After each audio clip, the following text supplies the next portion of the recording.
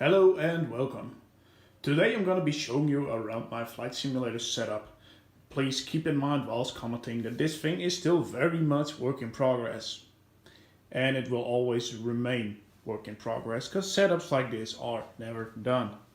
Now, just let's get started. I based this on my favorite type of aircraft, the DC3 or C-47 if you like the military variant like I do. Let's get started with a tour of the components. First things first, the computer. This is a HP pre-built game PC. It's about 800 euros. I am not a PC guy. I don't know how to build one, but it's running X-Plane pretty well.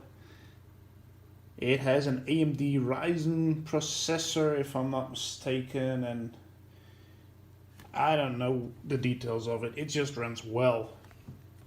Right next to it, I've got a 4 terabyte external hard drive, especially if you are using a lot of scenery files, especially X-Plane. I've got the Orbex Britain files.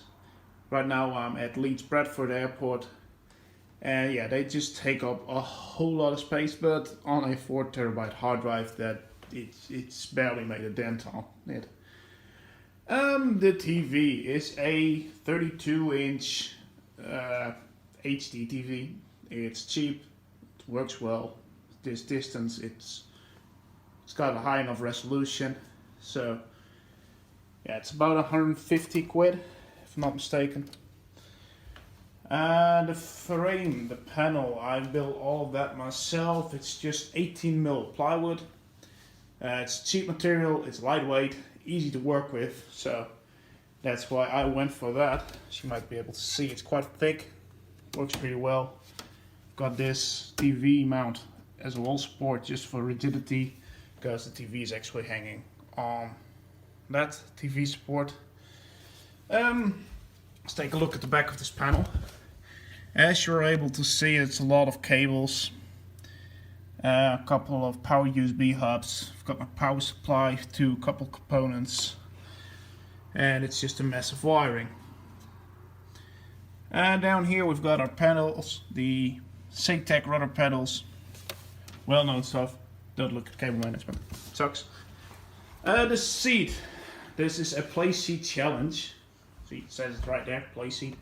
It's cheap lawn chair, folding chair design, racing seat. I had that laying around, so I made it work. The frame around it is of course built by me, and it's just made out of scrap wood. It doesn't look pretty, but it works really well. And if it works, it ain't stupid. I've got my throttle quadrant here. I've got my Thrustmaster Warthog throttle. I've got this set up as a flaps lever for the DC3. I've got my gear here, and I've got some buttons. Now this gap needs to be filled up, that needs to be painted, this needs to be painted. Like I said, it's still work in progress. I've got my 2 SATEC throttle quadrants. I know these knobs are not like the real deal. I know that I need to change those out for something that looks a bit better, but I didn't have anything laying around, so I use these for the time being. Cheap gaming mouse, and let's go on to the rest of the panel. Let's see. Up here I've got my Track IR.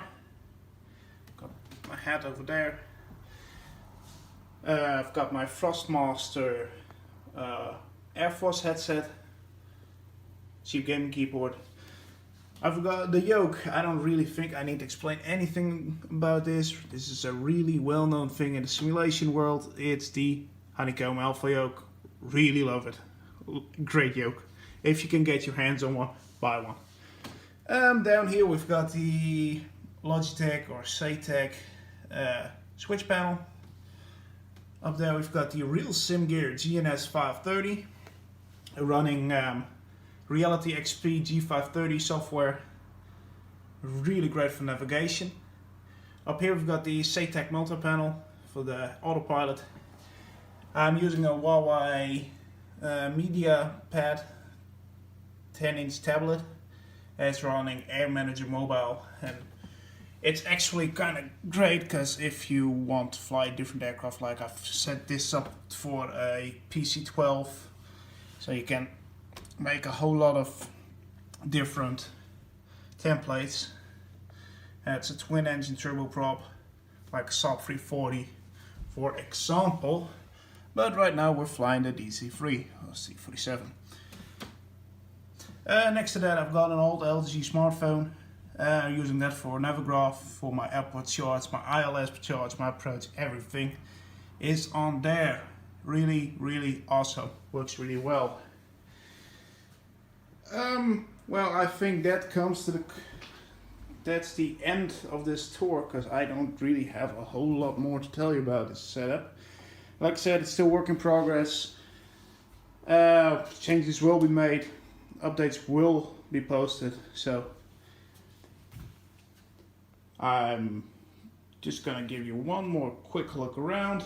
Now, don't all freak out because I screwed up a Warthog throttle quadrant. I don't care about your petty comments. I like the way it works, I like the way it functions, so I use it like that. Now, I think that concludes this tour. I'd like to see you all in the next video. Goodbye.